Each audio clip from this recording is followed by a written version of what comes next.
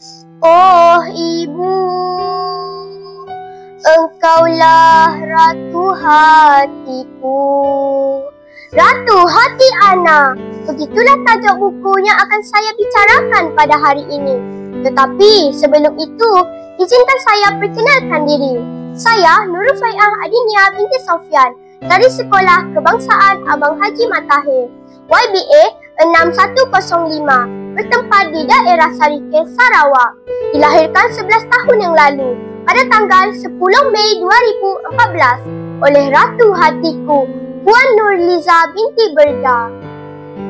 Kisah ini sangat dekat di hati kita semua, iaitu bertemakan kasih sayang antara ibu dan anak. Tema ini sering menjadi nadi utama dalam karya-karya cerita, termasuk buku-buku yang syarat dengan pengajaran hidup. Buku ini mengisahkan tentang 3 beradik, Ana dan adik-adiknya Im dan Man, anak kepada Mak Timah yang hidup serba sederhana. Im dan Man anak yang agak nakal dan seringkali menguji kesabaran ibunya. Tumpukan lumpur penuh di lantai, kertas dan buku berselerak, ruang tamu yang bersepah gara-gara kenakalan Im dan Man. Ana sebagai kakak sulung memainkan peranan sewajarnya dengan mengingatkan tujuan utama mereka berkumpul adalah untuk menyambut Hari Ibu.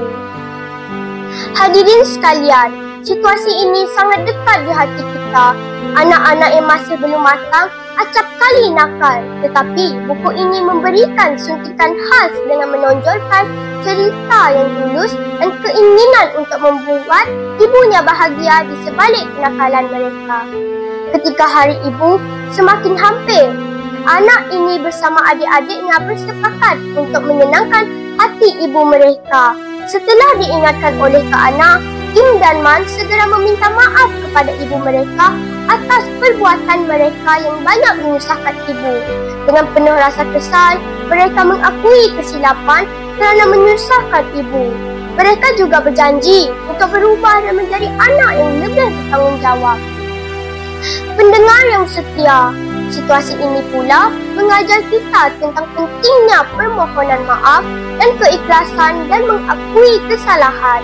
Im dan Man belajar untuk menghargai pengorbanan ibunya dan berusaha untuk menjadi anak yang lebih baik serta memperkukuhkan lagi hubungan kasih sayang antara mereka. Mak Timah pula menonjolkan teladan seorang ibu yang penuh kasih sayang, memaafkan dan rajin menasihati agar mereka lebih berdikari dan sentiasa memikirkan perasaan orang lain sebelum bertindak. Sikapnya yang sentiasa menekankan nilai positif pasti membantu anak-anaknya untuk lebih memahami dan menghargai nasihat ibu bapa.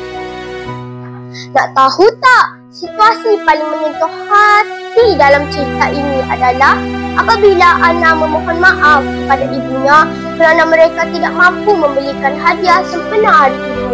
Mereka sedar bahawa keterbatasan keluarga mereka, hidup serba sederhana, membuat mereka tidak mampu membelikan hadiah yang berharga.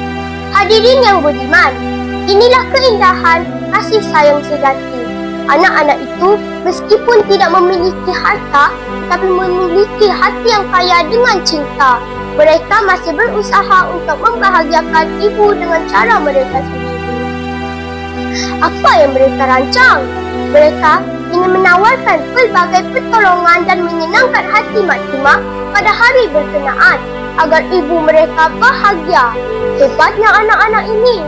Mendengar keluhan anaknya, Mak Timah dengan penuh kelembutan menjawab bahawa hadiah paling berharga bagi seorang ibu bukanlah sesuatu yang mahal atau mewah, tetapi mempunyai anak-anak yang soleh dan soleha. Ayat Mak Timah mengajar kita semua bahawa kasih sayang seorang ibu adalah cinta tanpa syarat. Seorang ibu tidak mengharapkan hadiah mewah, tetapi lebih menghargai keikhlasan dan usaha kecil anak-anaknya. Dan bagi anak-anak, kisah ini menjadi teladan bahawa cinta kepada ibu tidak memerlukan kekayaan duniawi, tetapi hanya memerlukan hati yang tulus. Hadirin sekalian, buku ini bukan sekadar cerita biasa, tetapi syarat dengan mesej moral yang menyentuh hati. Buku ini sesuai dibaca oleh semua peringkat usia, khususnya kanak-kanak. Paling istimewa, buku ini turut memaparkan hadis Rasulullah SAW tentang keredaan ibu bapa terhadap anak-anak. Jarang kita jumpa buku cerita seperti ini, kan? Cuma pendapat peribadi saya, kekurangan buku ini adalah grafik yang agak terhad. Kebiasaannya, buku cerita kanak-kanak mempunyai halaman yang bergambar dan berwarna-warni. Kesimpulannya, sebagai manusia, kita sering lupa untuk menghargai pengorbanan ibu kita. Semoga kita semua terus belajar untuk mencintai dan menghargai ibu kita dengan sepenuh hati. Sekian sahaja bicara saya. Hujan gerimis di Gunung Daik, Ratu Hati Ana memang terbaik. Wabillahi taufiq wal hidayah. Wassalamualaikum warahmatullahi wabarakatuh.